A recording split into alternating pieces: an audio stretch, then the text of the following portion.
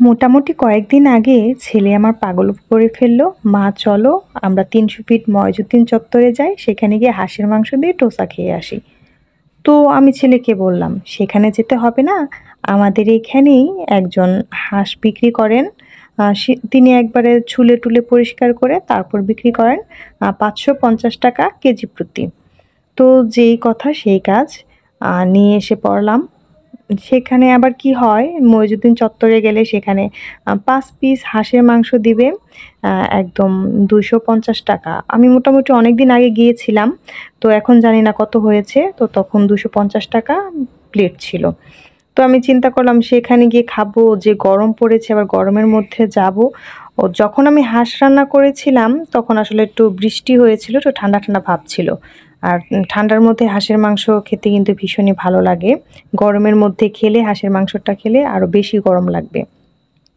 তাই চিন্তা করলাম এই বৃষ্টির মধ্যে ওখানে না গিয়ে বাসায় রান্না করি। তাহলে সবাই তৃপ্তি ভরে খেতে পারবো।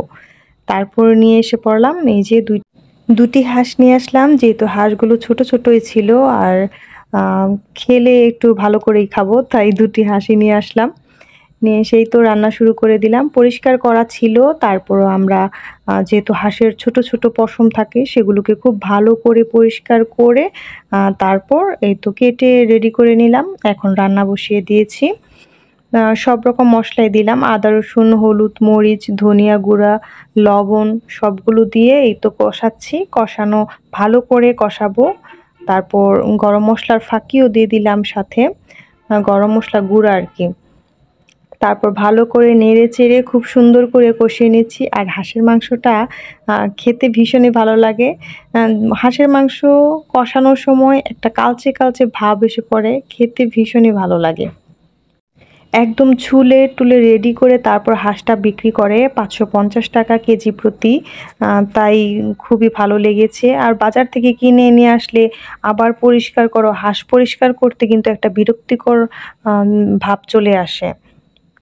আমার এই ভিডিওটি ভালো লাগলে অবশ্যই কিন্তু একটা লাভ, লাইক, রিঅ্যাক্ট দিয়ে দিবেন এবং একটা কমেন্ট করে যাবেন। এবং যদি পসিবল হয় তাহলে অবশ্যই আমার ভিডিওটি শেয়ার করে দিবেন। তারপর এই তো খুব ভালো করে রান্না করেছি, কষিয়ে নিয়েছি অনেকক্ষণ।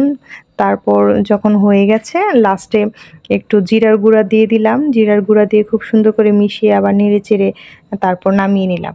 এখন খাওয়া-দাওয়া করে নেওয়ার পালা। এই তো আপনারা দেখতেই পাচ্ছেন রান্নাটা কেমন হয়েছে। রান্নাটা কেমন হয়েছে দেখে কেমন মনে হচ্ছে জানাতে কিন্তু ভুলবেন না।